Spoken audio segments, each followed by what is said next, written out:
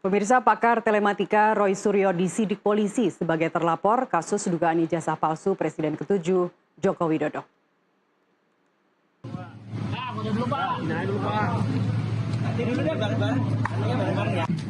Selain Roy Suryo, polisi juga menyidik Kurnia Tri Royani dan Rizal Fadilah. Joko Widodo melaporkan dugaan fitnah terkait dugaan ijazah palsu ke Polda Metro Jaya dengan dasar pasal 310, pasal 311 KUHP tentang pencemaran nama baik dan fitnah. Laporan Jokowi naik ke tahap penyidikan usai gelar perkara.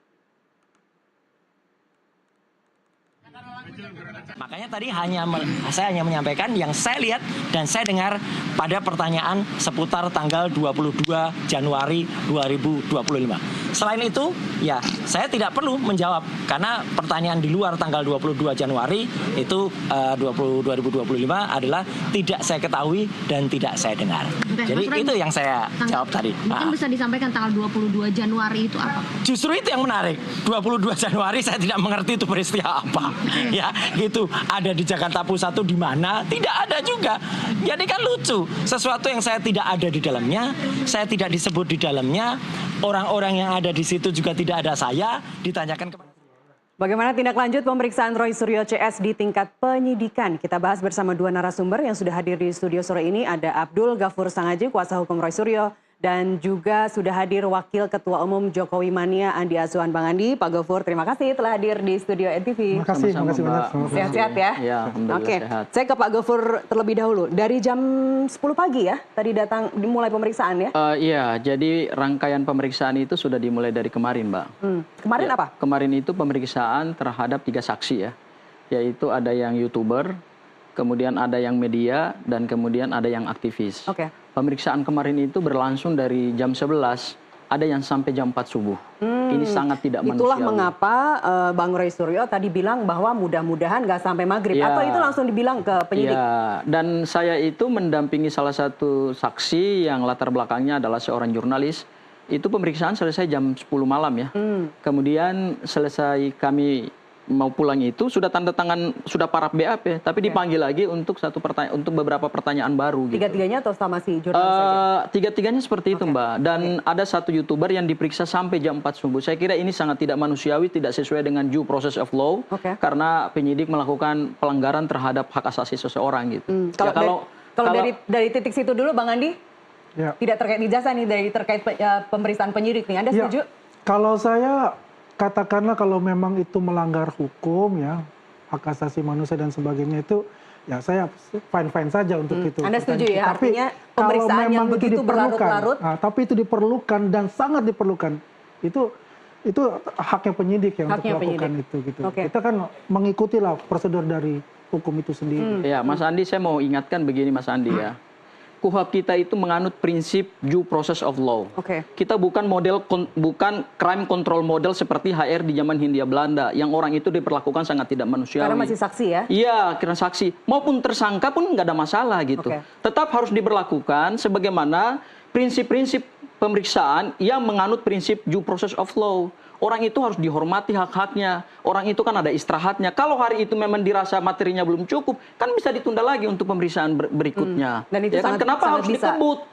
Ini yang kami pertanyakan, ini kok pemeriksaan ini kok dilakukan kebut paksa gitu loh. Sampai jam 4 subuh pun harus diperiksa gitu seseorang yang statusnya masih saksi dan bukan terlapor. Menurut kami ini pelanggaran terhadap KUHP. Karena KUHP kita itu ingat loh, prinsipnya adalah due process of law, bukan crime control model seperti yang ini juga nggak baru sekali ini aja kan, nggak baru ke klien Anda saja kan? Ya saya nggak tahu kalau model pemeriksaan saksinya seperti ini, betapa penyidik melakukan pelanggaran KUHP gitu loh. Karena KUHP kita itu tujuannya adalah memberikan rules kepada penyidik supaya jangan melakukan pelanggaran hukum, jangan melanggar prinsip-prinsip HAM di dalam proses pemeriksaan gitu. Itu sebetulnya pesannya di dalam KUHP. Bang Andi mau menambahkan sebelum saya beralih ke pertanyaan berikutnya? Kalau saya sih ya santai aja, Bang Ghafur. Ya. Enggak, ini harus kita luruskan gitu. Iya, makanya saya bilang, kita nggak usah keras-keras lah. Saya tidak keras, saya hanya mengkritik. Jadi begini. Ini kan ini harus dipahami loh. Tapi kritik harus keras. Saya setuju kalau kritik harus keras. Kritik boleh. Kita nggak kritik aja, nggak didengar. Apalagi. Iya. Kita kritik harus jelas. Oke, sebelum saya beralih ke pertanyaan berikutnya, Jadi Bang Andi. beginilah ya. Saya sudah katakan ya. kalau kita ikutilah prosedur hukum seperti apa gitu loh ya. Kita boleh menilai itu. Kalau memang penyidik itu memang harus diperlukan, kan saya katakan quote-unquote tadi, top urgent katakanlah, harus diselesaikan itu. Karena kan banyak sekali ya, mungkin saksi-saksi yang harus diperiksa. Dari saksi pelapor aja kita berikut dengan saksi ahli, itu udah 100 orang. Ya, itu pun dikebut. Tetap itu dikebut. Apakah ada perbedaan? Enggak. Ini kasus mana ini? Ini untuk saksi pelapor dari saksi untuk ijazah. Tapi top urgent se-urgent apa sih soal ijazah ya, ini, makanya Bang? kan saya bilang kan kalau itu Dirasa menurut penyidik urgent oleh rasakan itu penyidik. ya itu haknya dia kan. Dia karena mereka adalah penyidik. Kalau dikatakan Bang Gafur itu melanggar hukum, saya juga setuju kalau itu melanggar hukum, ya kan. Makanya bilang tuh fine-fine saja. Kita lakukan aja lah sesuai dengan KUHP yang berlaku. Oke. Itu mungkin karena banyaknya yang mau diperiksa dan satu pun belum ada tersangka. Ya, gini, Gafur. saya mau katakan begini, Mas Andi ya. Ini proses penegakan hukum pidana. Orang ini disidik dalam rangka sesuatu perkara yang sedang dituduhkan. Ya. Oleh karena itu, kita harus menganut betul prinsip due process of law. Kalau kita nggak menganut prinsip due process of law, ya orang itu bisa diperiksa 3-4 hari, berarti untuk menuntaskan satu proses pemeriksaan, ya berarti bisa dilegalkan dong, bisa dibenarkan. Kita tetap mendukung proses penyelesaian ini selesai. Tapi kan ada mekanismenya, ada tahapannya. Kalau dirasa materinya memang harus belum cukup, ya kan saudara saksi bisa dipanggil lagi besoknya. Lusanya bisa dijadwalkan ulang, di reschedule. Tidak harus sampai subuh. Seseorang itu kan punya hak untuk istirahat, punya hak untuk pulang ke rumah, berkumpul bersama keluarga. Dan ini ingat loh, bukan tersangka. Ini hanya saksi dan meskipun bukan saksi tersangka pun juga tidak bisa ya, saya setuju. Tapi Bang Gafur, ini sayangnya penyidik nggak ada di sini, nggak ada di studio, jadi kita nggak bisa langsung tanya apakah urgensinya sampai subuh memeriksa para saksi. Saya beralih ke pertanyaan berikutnya, bahwa klien Anda, Bang Roy, itu sudah keluar sekitar pukul 5:30 tadi ya, 5:30 sore. Betul. Itu sesuai permintaannya supaya penyidik tidak berlarut-larut sampai maghrib. Tapi yang Kurnia Triroyani dan Rizal Fadila itu kalau tidak salah sampai detik ini masih ada di Polda Metro Jaya ya? Saya kebetulan yang mendampingi Pak Rizal Fadila ya. Jadi saya ingin memberikan satu informasi ya, satu catatan gitu ya.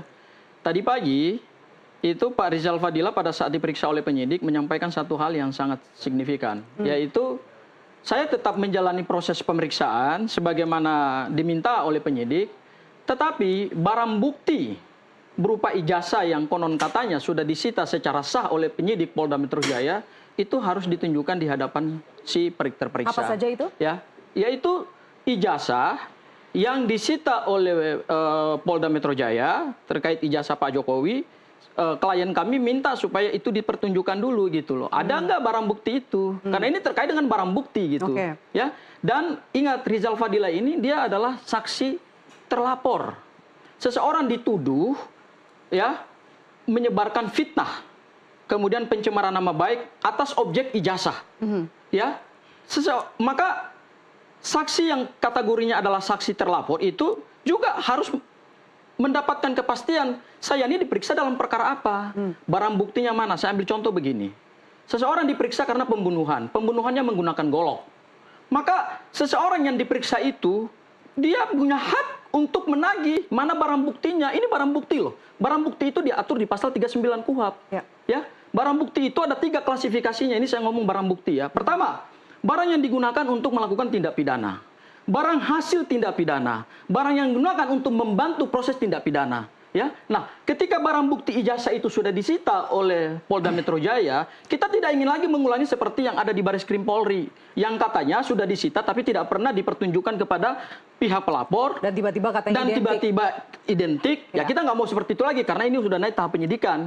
Gitu. Tahap penyidikan itu berarti suatu peristiwa harus terang benderang. Ya, kepentingan penyidik hari ini adalah mengumpulkan alat bukti sebanyak-banyaknya yang diatur di pasal 184 KUHP. Di sana ada keterangan saksi, ada ahli, ada surat, ada petunjuk, dan ada keterangan terdakwa. Pada tahap penyidikan ini kan 4 alat bukti diuji. Saksi, keterangan ahli, surat petunjuk. Gitu.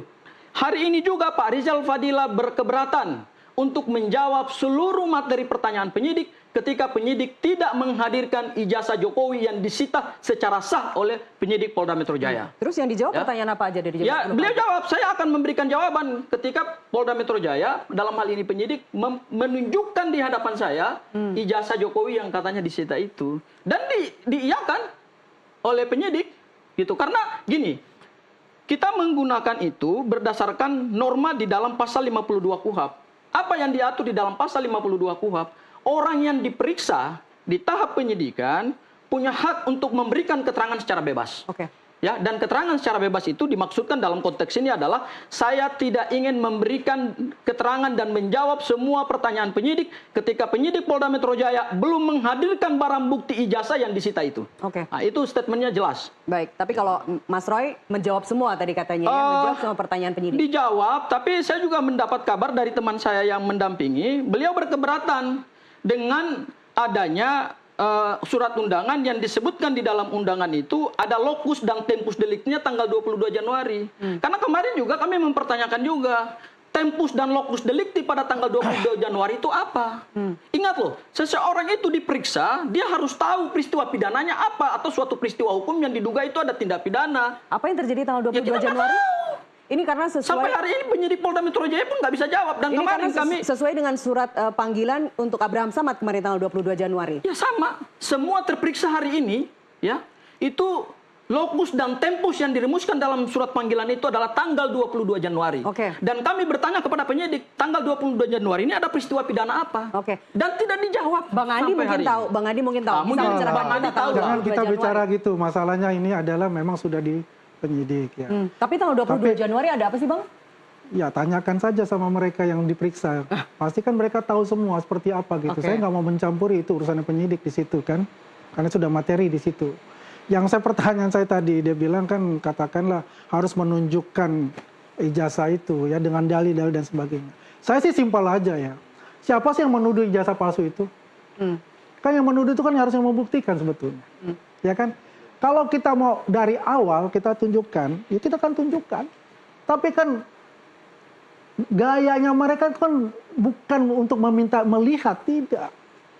Bukan itu. Kalau menunjukkan, itu udah ditunjukin ke siapa-siapa. Dari KPU, dari gubernur, sampai presiden dan juga pada saat itu wartawan-wartawan yang hadir, ini ditunjukkan. Jadi harusnya Semua ditunjukkan di pos Jadi harusnya kalau kan misalnya, sudah ada. ya, Baris kalau kan misalnya sudah ijazah ada. itu palsu, harusnya KPU Solo tahu, Jakarta. Semua udah begini lah. Jadi Mas Andi, ini saya mau bolak-balik luruskan ya. Ini kalau kita Saya kembali. mau Biar luruskan. diselesain Ya, dulu. saya Santai nanti- dulu, santai saya dulu nanti- lah, Mas. saya Santai luruskan. dulu. Ya. Gitu loh. Saya akan luruskan pemahaman hukummu gitu. Boleh. Terserah lu pakai pengalaman hukum, Ya. terserah aja. Semua ini udah masuk ke materi Kita ini by pendidikan. law, kita by law loh. Terserah you bilang by law, kita juga Ini bicara bukan by law. ini bukan negara kekuasaan. Terserah. Anda jangan berlindung di balik kekuasaan. Tidak Ini ada negara hukum. kekuasaan. Ada aturan Bang main. Gofur, Bang Gofur, kekuasaan itu. Bang Gofur. Sebentar. Tadi pertanyaan Anda bicara, saya tidak Anda potong.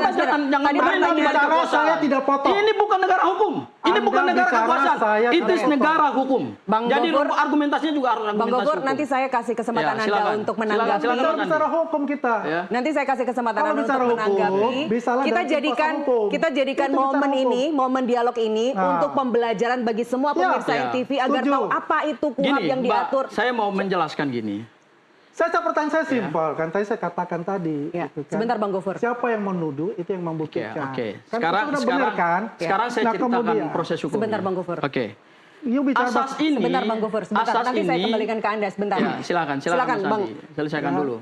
Jadi Mbak ya, kita ini tidak akan mencampuri untuk haknya penyidik. Silakan Anda berargumen penyidik, silakan. Ya, karena posisi kita ini adalah sebetulnya yang merasa dirugikan Oke. dengan kasus ini. Oke. Luar Tapi kan, biasa. Meskipun Pak Ya. Jokowi sendiri juga bilang saya akan menunjukkan ijazah yang Jelas asli tersebut di ijazah pengadilan. itu kan sudah jelas beribu kali katakan sudah disita oleh Polda Metro Jaya. Jadi saat ini ada itu di Polda adalah Metro hak Jaya ya? dari Polda Metro Jaya memberikan atau tidak memberikan. Oke. Itu hak beliau, mereka semua, hak Oke. Polda Metro Jaya. Bukan di posisi kita lagi Ya. yang dimintakan itu. Silakan kalau Polda Metro Jaya ini ijazah aslinya, monggo kerso. Jangan lagi membuat narasi lagi kita yang tidak memberikan. Oke. Atau dibilang tidak ada memberikan ke Polda Metro Jaya. Bagaimana seorang presiden yang ke-7, 10 tahun berkuasa, ya, dia sendiri yang mengatakan bahwa saya ini katakanlah kalau menurut kata mereka dikriminalisasi dan sebagainya itu, ya, datang sendiri. Belum ada presiden seperti itu. Tapi apa? Itu tanggung jawab dia, ya, sebagai warga negara memberikan contoh kepada warga negara yang lain. Semua itu sama di mata hukum. Ya, semua itu sama di mata hukum. Baik. Silakan, Bang. Oke, saya tanggapi satu-satu ya. Sekarang pernyataannya adalah menggunakan asas siapa yang menuduh dia yang harus membuktikan. Dan itu betul. Ya. Itu betul. Sekarang sebentar dulu, asas itu berlakunya dalam konteks perdata.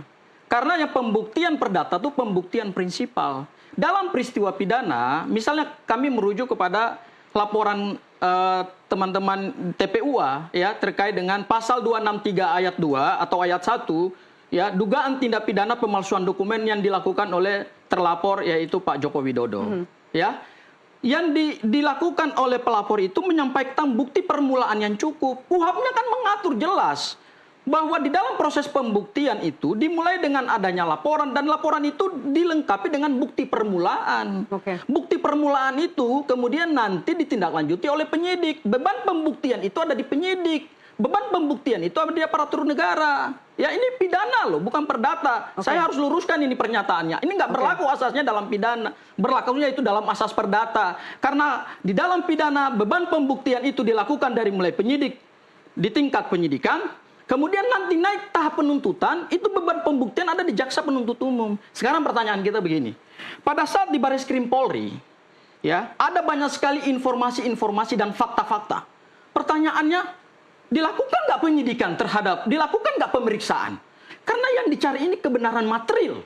Dan kebenaran material itu harus ada persesuaian alat bukti. Ya, kita mencari kebenaran material itu berdasarkan pasal 184 KUHAP, ada 5 alat bukti, itu harus bersesuaian alat buktinya. Di Bareskrim Polri itu kan banyak sekali alat bukti nggak bersesuaian. Ya kan? Keterangan saksi, mau 100 saksi diperiksa pun itu ingat tetap satu alat bukti. Keterangan saksi tidak bisa berdiri sendiri. Dia harus bersesuaian dengan keterangan surat resmi, yaitu berupa dokumen akademik yang dikeluarkan oleh UGM. Ya, dan dokumen yang dikeluarkan oleh UGM itu tidak mendukung keterangan UGM sebagai ini programnya adalah program sarjana. Tidak berkesesuaian di situ. Meskipun UGM sendiri mengatakan bahwa itu haknya dia lah.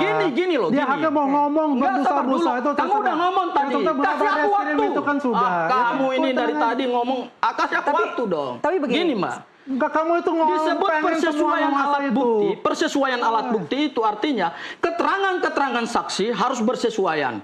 Kemudian semua dokumen yang disita juga harus bersesuaian.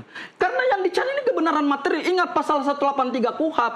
Pasal 183 KUHAP mengatur bahwa ketika hakim membuat putusan atas suatu perkara pidana, maka harus berdasarkan 2 alat bukti yang sah dan tidak boleh ada keraguan di dalamnya. Ketika ini ada keraguan di dalamnya, lalu gimana kita membuktikan ini? Apalagi sekarang naik ke tahap penyidikan di Polda Metro Jaya. Kita geser ke sini ya. Alat buktinya kan sudah yang dikantongi oleh penyidik. Ya kan alat buktinya kan semua yang ditunjukkan itu kan nggak ada yang bersesuaian. Contoh, kalau kita pakai SKS-nya 120 sampai 122 boleh nggak saya ngomong? SKS. Sebentar, Bang. Kata Profesor Kuncoro, itu kalau di UGM programnya sarjana muda. Kemudian dilihat dari semua nilai mata kuliah dasar, itu banyak mata kuliah dasar nggak lulus. Saya ini alumni UI.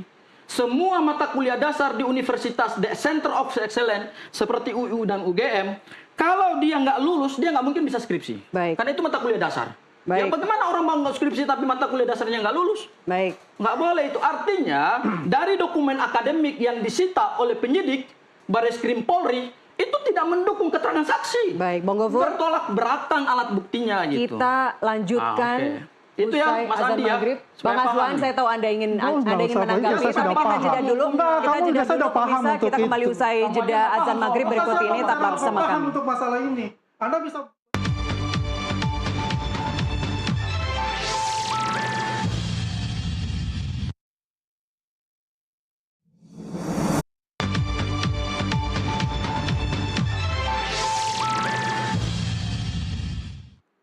Pemirsa, sidang peninjauan kembali kasus fitnah terhadap Wakil Presiden ke-10 dan ke-12 Indonesia, Yusuf Kala, ditunda. Terdakwa kasus fitnah terhadap JK, Sylvester Matutina, melaporkan kondisinya yang sedang sakit dan dirawat ke Majelis Hakim Pengadilan Negeri Jakarta Selatan. Sidang PK yang dijadwalkan digelar Rabu siang tadi pun ditunda sampai pekan depan, yaitu hari Rabu 27 Agustus. Sylvester Matutina mengajukan penundaan sidang hari ini disertai surat keterangan dokter Rumah Sakit Cinere yang mengharuskan Sylvester beristirahat selama 5 hari.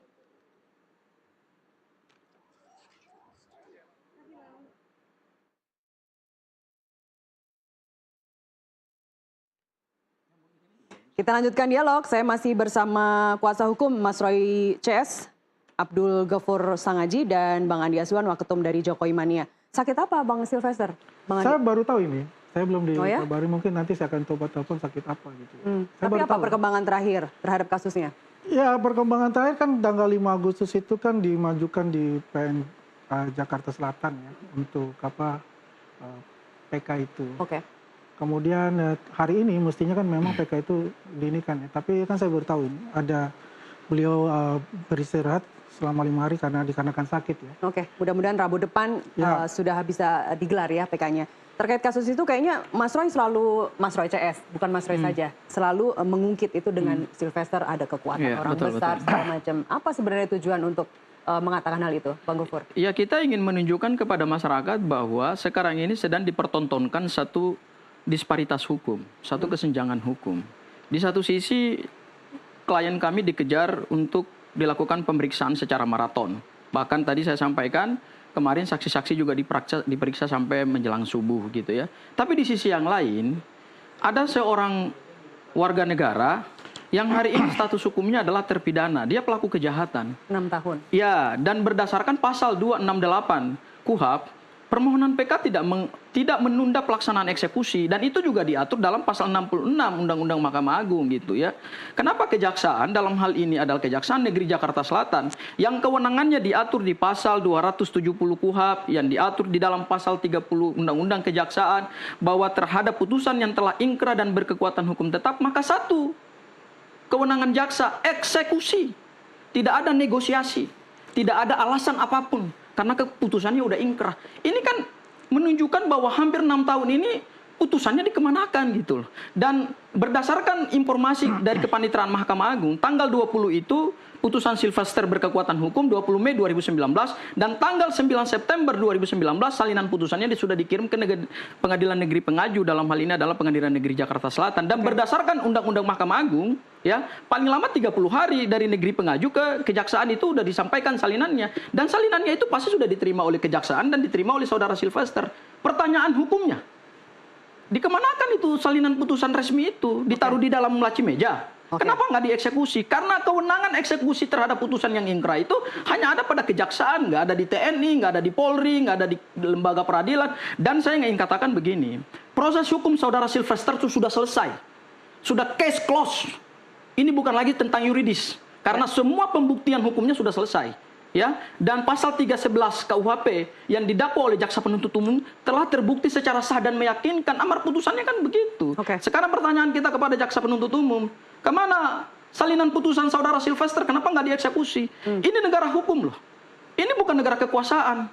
Kalau hukum dirusak oleh aparat penegak hukum, ya mau ditaruh di mana mau negara hukum kita? Di satu sisi kita masih melihat dan kami rasakan bahwa ada upaya kriminalisasi yang dialami oleh para terlapor hari ini di Polda Metro Jaya. Saya ingin ke Polda Metro Jaya. Dari pasal yang diperiksa dari mulai kemarin sampai hari ini, saya bagi 3 klaster. Kelas pertama adalah delik pencemaran nama baik diatur di 3 pasal. Pasal 310, 311 KUHP dan pasal 27A Undang-Undang ITE. Kemudian klaster kedua adalah berkaitan dengan pengerusakan dokumen elektronik. Diatur di mana? Pasal 32 dan pasal 35 Undang-Undang ITE. Dan klaster ketiga adalah klaster penghasutan. Diatur di dalam 2 pasal, ya, yaitu pasal 160 KUHP dan pasal 28 ayat 2 Undang-Undang ITE.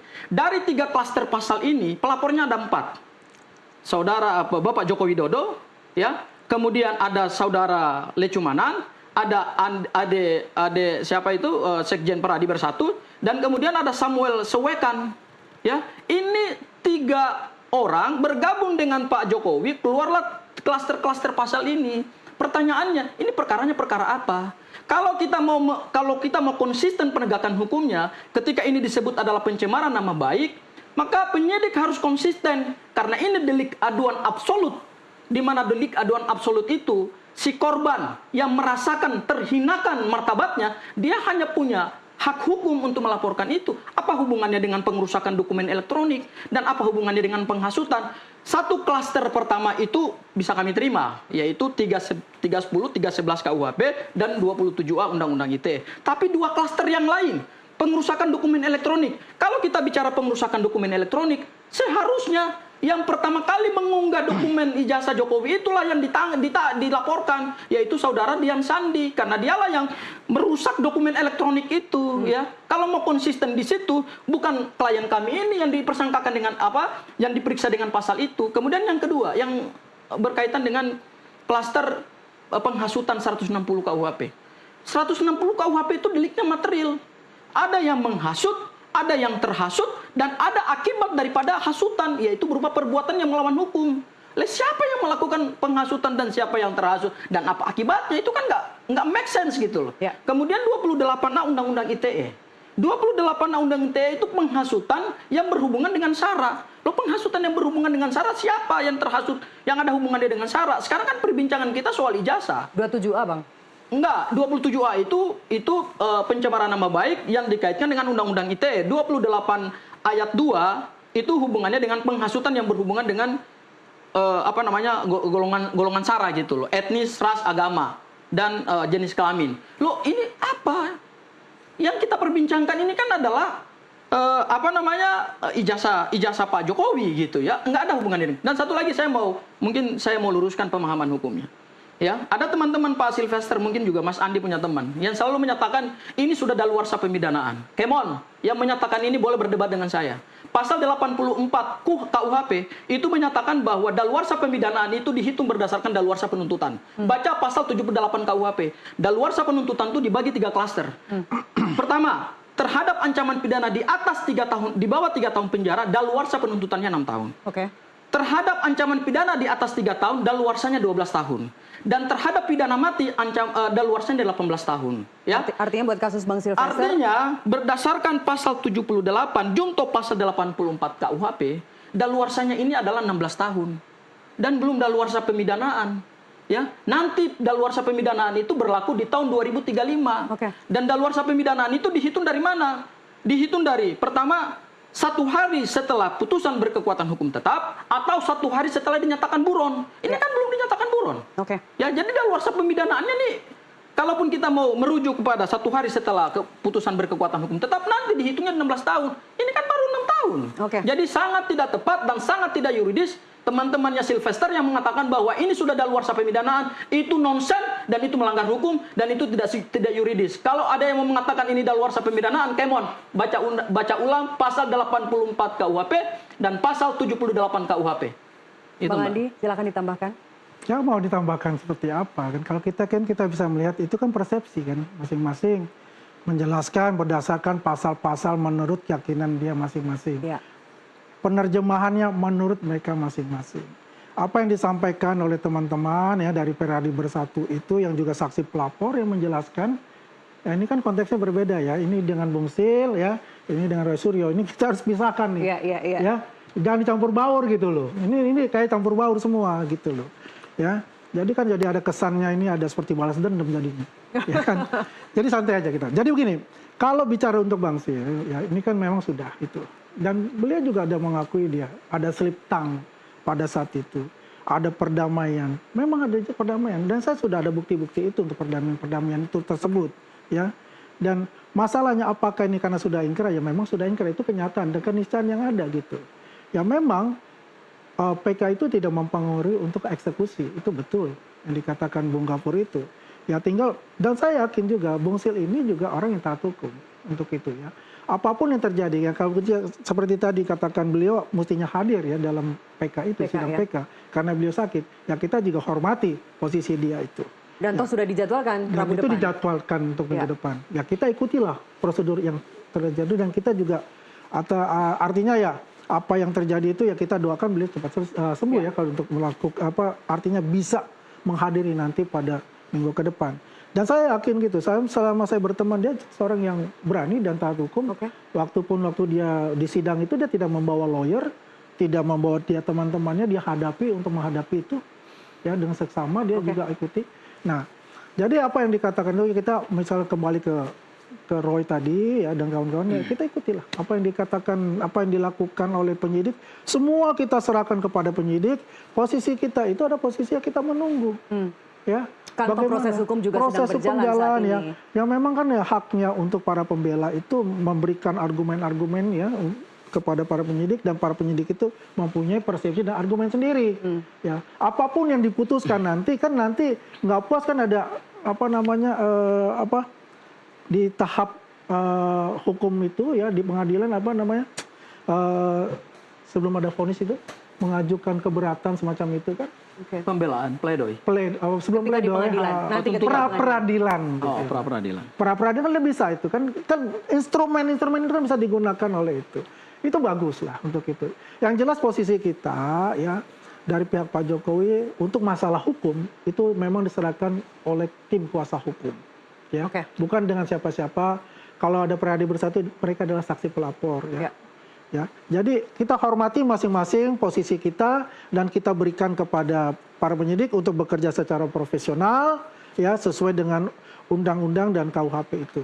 Jadi posisi kita adalah menunggu untuk itu dan kita berharap semua permasalahan-permasalahan ini bisa diselesaikan di jalur pengadilan dengan baik ya, dengan terhormat gitu. Baik. Terkait Anda, Bang Andi? Saya mau tambahkan sedikit boleh ya Mbak. Jadi gini, ini bukan soal persepsi. Hukum itu bukan persepsi. Hukum itu kaidah. Dan kaidah itu harus ada kepastiannya gitu. Hukum kan tujuannya 3. Pertama ada kemanfaatan, ada keadilan, dan ada kepastian. Ketika suatu perkara pidana itu sudah inkrah, kan harus ada kepastiannya. Kepastiannya apa? Langkah terakhir adalah eksekusi. Kenapa nggak dieksekusi? Kita balik lagi ke Bang Silvester. Iya. Artinya gini. Yang ingin saya katakan adalah ini yang terkait dengan Polda dan Silvester ini bukan berarti adalah perkara berdiri sendiri-sendiri gitu loh. Ini kami ingin mengatakan bahwa ada satu bentuk penegakan hukum yang diskriminatif. Di satu sisi, klien kami diperiksa dengan pasal-pasal yang sangat tidak relevan. Pasal-pasal yang nggak berurusan, yang nggak ada kaitannya dengan suatu peristiwa hukum yang diduga itu adalah peristiwa pidana. Ya, banyak pasal yang kalau saya katakan ini kan pasal-pasal penyeludupan gitu. 310 dan 311 Anda bilang pasal penyeludupan. Enggak, itu benar. Kalau kita mau konsisten, ya kita konsisten aja di pasal 310, pasal 311 KUHP, pasal 27A Undang-Undang ITE. Tapi jangan disisipkan pasal-pasal lain. Kenapa? Karena kami mencium, ini kalau barang ini naik ke tahap berikutnya, ya, ini kan mau jadikan seperti pasal yang nanti untuk menjerat orang gitu loh. Untuk menjadi dasar dilakukan penahanan diatur di pasal 21 KUHP, yaitu ancaman pidananya di atas 5 tahun penjara. Kalau pakai pasal 310 dan 311 KUHP dan 27A Undang-Undang ITE, itu kan ancaman pidananya kan maksimal 4 tahun. Dan kalau ancaman pidananya maksimal 4 tahun berdasarkan pasal 21 KUHP, yang nggak bisa ditahan orang seperti Silvester. Silvester kan nggak pernah ditahan dalam proses penyidikan sampai penuntutan. Karena kenapa? Karena pasal 311 yang dikenakan kepada saudara Silvester itu adalah pasal yang ancaman pidananya di bawah 5 tahun penjara. Kalau mau konsisten di situ, penyidik Polda Metro Jaya jangan memaksakan pasal 32, pasal 35 yang ancaman pidananya ada yang 8 tahun dan ada yang 12 tahun penjara dan memaksakan masuknya pasal 160 KUHP. Kalau mau konsisten seperti kasusnya Silvester, Pak Yusuf Kalla itu tidak pernah menggunakan pasal lain.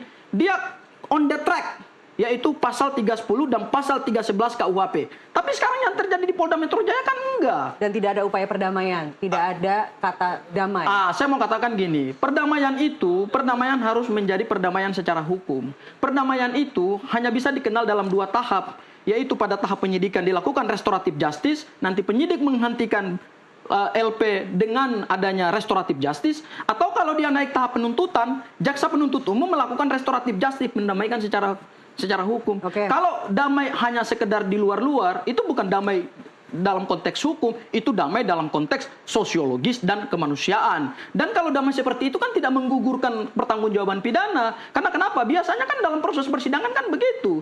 Terdakwa apakah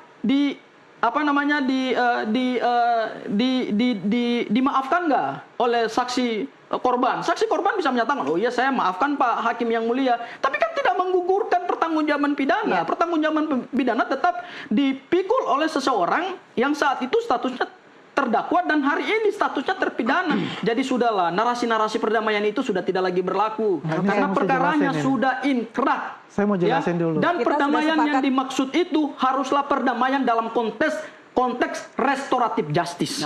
Baik. Ya, tidak dikenal perdamaian dalam model lain. Untuk menghentikan perkara itu hanya dikenal damai dalam konteks restoratif, dan restoratif itu hanya bisa dilakukan pada tahap penyidikan dan tahap penuntutan. Kalau perkaranya udah ingkrah, ya mau damai apa lagi kecuali satu.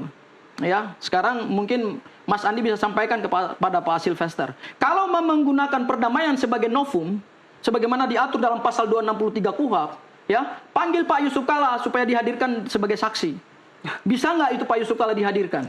Tapi kalau hanya berdasarkan bukti foto, omon-omon, itu nggak punya nilai hukum. Dan itu tidak masuk dalam kualifikasi tadi kita sebagai bicara hukum dalam tentang pasal Roy, 263. kan? Gitu. Ini kok fokusnya larinya ke Dan kita tadi Bukan, sudah tadi saya udah katakan Mas Andi, jadi saya mau- persoalan Roy Suryo dan Sylvester ini menunjukkan bahwa ada penegakan hukum yang tidak adil. Makanya Kalau mau adil, kami tetap menjalani saya- proses yang di sana. Tapi yang ini dieksekusi juga dong. Jangan ini nggak dieksekusi. minggu Kemudian depan ada banyak sudah sekali dijadwalkan. pembahasan pasal Sudah dalam perkara dijadwalkan Bang kami, Gofur, gitu sudah loh. dijadwalkan Rabu depan. kan sudah saya sidang bilang PK-nya. ini. Saya bisa meluruskan juga. Dan gitu. kalau saya gini, Kita luruskan, Bang kalau Afwan Sylvester luruskan soal hadir nanti, Sylvester. kalau Sylvester hadir Inilah nanti di ya. Pengadilan Negeri Jakarta Tapi saya Selatan, ngomong. kami minta kepada jaksa penuntut umum untuk melakukan penangkapan. Bang Gofur, Ya, kami minta itu kepada jaksa Oke. penuntut umum melakukan kita penangkapan kasih terhadap saudara kesempatan Bang Sylvester. Azwan untuk bicara soal Bang Sylvester, tapi kita tutup sampai di situ. Kita balik lagi ke Roy Suryo setelah ini. Iya, kan saya sudah jelaskan tadi, kita harus pisahkan itu. Oke. Ya ini kan udah masuk, ini ada masalah ingkrah dan ingkrah tidak ingkrah. Itu diakui memang, ya. Dia slip tank kok. Saya katakan ini ada perdamaian. Kan selalu dikatakan nggak ada tuh perdamaian. Itu ada buktinya. Buktinya apa Di TV aja? lain saya sudah tayangkan itu. Foto beliau dengan Pak Malkus Mekeng, juga dengan Pak Andi Ganinoya, tokoh NTT. Di situ ada Pak Sofian Wanandi, tangan kanan Pak JK. Oke. Di Istana Wakil Presiden, ya, Bung Sil itu membawa sarung kebesaran dari NTT sebagai permintaan maaf kepada orang tua yang dia merasa dia bersalah. Pertanyaan saya diterima nggak oleh Pak Yusuf Saya Kalla? ngomong dulu Sebentar, dong. Bang Gofur. Saya ngomong dulu Ya. ini bicara. Di momen itu, Di momen itu ya diberikan. Sofian Wanandi menyaksikan itu. Itu clear. Selesai secara adab, Ya. ya kan? Kalau bicara masalah hukum itu berjalan yang dilaporkan oleh anaknya Pak JK, silakan itu berjalan. Dan itu Tapi juga jangan berjalan dikatakan bahwa itu tidak ada perdamaian. oke. Ya, clear untuk itu. Masalah hukum silakan untuk berjalan itu. Ya. Ini makanya ada perimbangan untuk itu. Kalau ini pasti akan politis itu. Saya tahu untuk itu. Akan ditarik ke sini, akan ditarik ke sini. Makanya saya katakan harus pisahkan itu. Karena sekarang sudah kolamnya sudah sangat keruh, Bang Andi. Di sana, tim sana bilang ada kriminalisasi, di sini bilang kriminalisasi, di sana diorkestrasi, di sini juga nggak mau kalah. Ini kan sekarang semua proses hukumnya sedang berjalan, bukan? Ya, ya. Makanya kan kayak saya bilang, jangan mengkaitkan kasus misal Bung Sil itu dengan Pak Jokowi karena Bung Sil itu adalah pendukung Pak Jokowi. Ya. Harus pisahkan untuk Oke, itu. Gitu, oke. Tapi ya. juga tim Anda juga jangan marah-marah ketika ada dugaan orang besar di balik Bang Sylvester. Nah, kalau kita bicara orang besar atau apa di balik itu ya kita juga harus mengkelirkan juga untuk itu. Silakan persepsinya masing-masing, gitu kan? Kita juga harus membersihkan itu karena itu ada bukti yang kita dapat. Jadi ada orang besar. Hah? Pokoknya itu kita bisa menjelaskan itu apa yang sudah dikatakan oleh Pak Jokowi ataupun itu ya kita kan ikut untuk itu. Oke. Untuk pembuktiannya silakan aja di Oke. pengadilan kan begitu. Oke, baik. Kita tutup Bang Sylvester kasusnya. Kita nanti ketemu di ngobrol lagi sidang PK hari Rabu. Kita Ya, ya. ngobrol lagi di sini. Boleh, boleh. Saya ingin balik ke klien Anda, ke Bang Roy CS. Apa latar belakangnya minta pengawasan terhadap penyidik yang memeriksa? Kenapa? Apa dasarnya? Gini, penyidik itu kan harus bekerja sesuai dengan rules yang ada dalam KUHP. Fungsi KUHP itu adalah membatasi ruang gerak penyidik dari mulai tingkat penyidikan, penuntutan sampai persidangan supaya aparat penegak hukum itu jangan sewenang-wenang. Oke. Kan kok nggak sewenang-wenang sama gini, Mas Roy? Gini, sewenang-wenang tuh dimulai dari apa? Dimulai pada tahap penyidikan, itu jangan satu memasukkan pasal-pasal yang tidak relevan.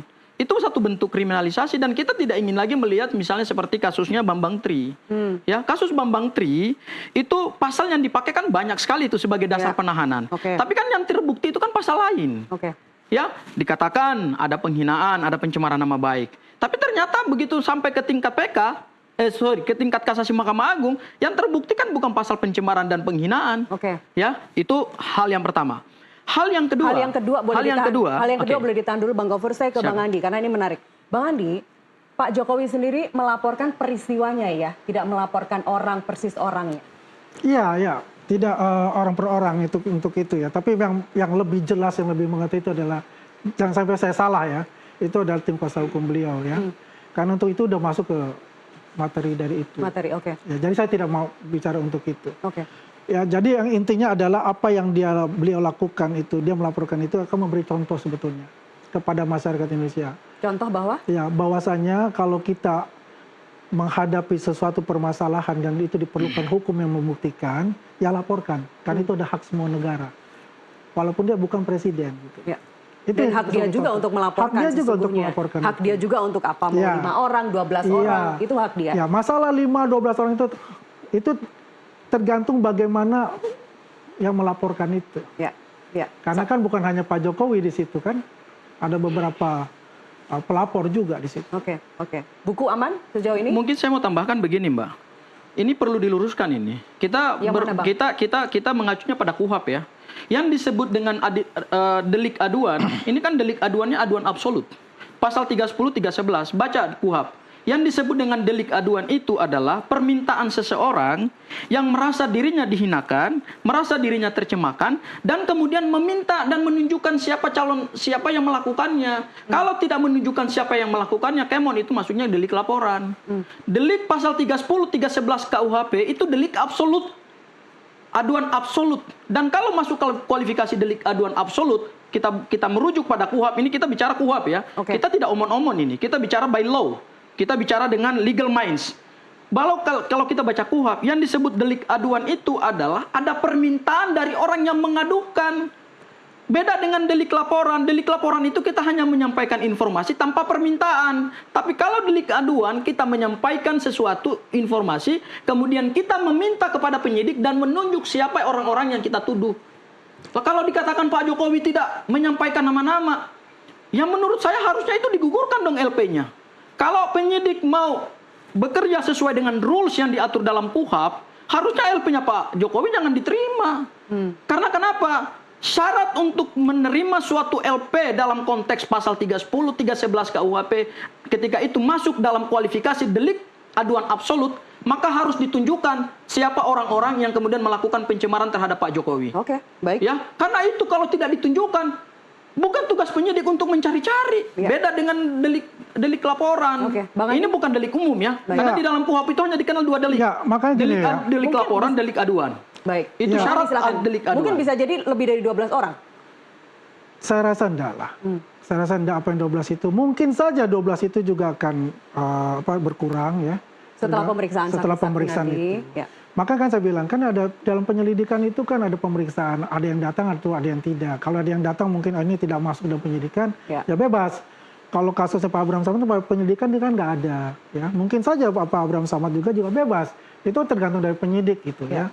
Apapun yang dicantumkan itu, makanya saya bilang tidak mungkin juga penyidik itu menaikkan ke tahap penyidikan itu kalau tidak ada siapa sih orang-orangnya Ya. yang akan dituduh dijadikan calon tersangka itu gitu, nggak sembarangan lah untuk itu. Oke. Pasti ada tahapan-tahapan itu. Mengenai proses bagian tahapan itu secara hukumnya itu mereka lah yang tahu untuk itu, dan juga dalam penerjemahannya tim kuasa hukum lah Oke. yang tahu untuk itu. Jadi tinggal sekarang bagaimana strategi Bang Gofur, klien Anda untuk menyiapkan semua bukti-bukti itu. Gini, ini proses pembuktian material. Ya, ini kita bukan pembuktian formil, ini pembuktian material. Pidana itu ujungnya adalah pembuktian material. Apa itu pembuktian material? Peristiwa pidananya harus terang benderang. Dan peristiwa pidana itu terang benderang didukung dengan alat bukti dan barang bukti. Oke. Kalau alat buktinya jelas di pasal 184 KUHP ada 5 alat bukti, didukung dengan pasal 39 tentang barang bukti, ya, itu baru kekuatan pembuktiannya ada. Tapi kalau hari ini kita minta supaya barang bukti itu ada apa enggak, ya, dalam konteks kita ingin membuktikan suatu perkara pidana, jangan sampai kemudian ini seperti kasusnya Bambang Tri. Tiba-tiba peristiwanya sudah naik ke tahap persidangan, sudah pelimpahan tahap 2 pemberkasan, kemudian penetapan tersangka, kemudian pemberkasan pada tahap pertama, kemudian tahap 2-nya adalah penyerahan tersangka dengan barang bukti, kemudian masuk pada tahap penuntutan. Kalau tidak ada barang bukti itu, maka itu akan melemahkan proses pembuktian. Dan kalau itu terjadi, itu mengarah kepada penegakan hukum yang sesat.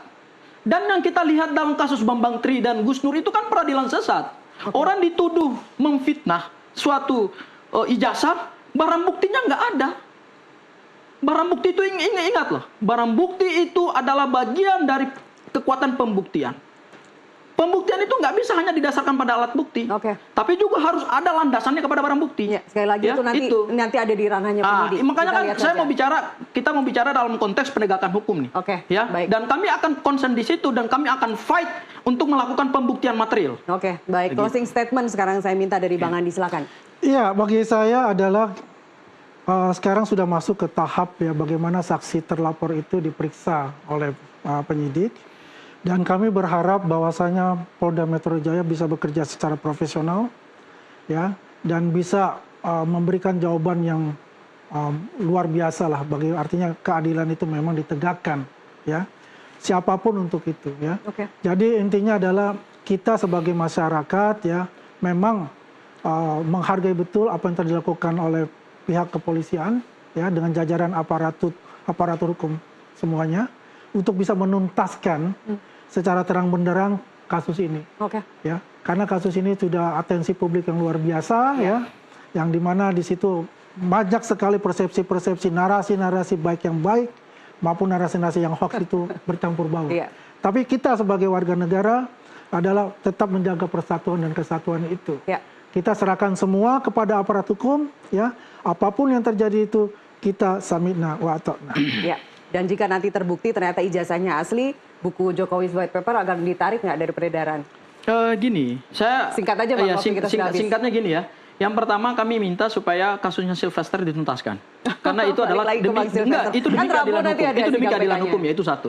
Kemudian yang kedua, buku Jokowi White Paper itu sebuah buku karya akademik. Ya, tidak ada hubungannya dengan perkara pidana gitu ya. Kami tetap akan menjalani proses pemeriksaan. Kemudian kami minta kepada penyidik Polda Metro Jaya, ya, tunjukkan barang bukti yang telah saudara sita itu, supaya saksi-saksi kami ini nanti bisa menuntaskan proses pemeriksaannya. Tapi kalau barang bukti itu disembunyikan terus tidak pernah ditunjukkan kepada para terlapor yang sekarang ini sedang diperiksa, mereka tetap nggak akan memberikan keterangan gitu. Kita nggak Jangan bisa sampai terulang lagi dalam kasus Bambang Tri dan Tapi saya rasa Gus Nur. memang kalau misalnya barang bukti atau ijazah asli itu ada di penyidik pasti punya pemikiran sendiri akan menunjukkan. Dan ingat loh, barang bukti ini belum asli loh ya. Karena pasal 39 KUHP itu... Aslinya sudah di Polda kan Bang ya? Enggak, kita akan melakukan pembuktian. Ini belum dikatakan asli. Ini nggak bisa dikatakan asli. Karena kalau barang bukti itu disita, kan karena yang punya asli cuma yang pegang Gini, ijazah kan Pak Jokowi sendiri. Kalau itu disebut barang bukti itu kan kualifikasinya 3. Barang hasil kejahatan, barang untuk melakukan kejahatan, dan barang untuk membantu proses kejahatan. Jadi barang ini belum asli. Belum asli? Belum asli. Walaupun harus diuji dulu secara materi dalam proses persidangan. Baik. Asli ya Bang Andi, nanti ditunjukkan jelas saja asli. Pasti karena asli. Baik. UGM sebagai menerbitkan itu sudah menggaranti itu. Dan kita percaya siapa lagi kalau bukan UGM sebagai UGM. Tapi gini, UGM kita challenge supaya ada persesuaian juga dengan dokumennya. Kita tunggu di pengadilan. Ya, kita nggak bisa hanya berlandaskan pada keterangan UGM. Ingat, keterangan UGM itu masuk kualifikasi saksi. Dan saksi itu bisa berbohong. Saksi itu bisa diatur keterangannya. Tetapi yang tidak bisa berbohong adalah dokumen akademik. Nanti kita buktikan sama-sama. Bang Gofur, terima kasih banyak telah berbagi insight. Bang Andi, terima kasih. Salaman dulu dong kita. Salaman dulu. Sampai di sini Dialog NTV Prime, kami masih akan kembali usai jeda. Thank you Bang.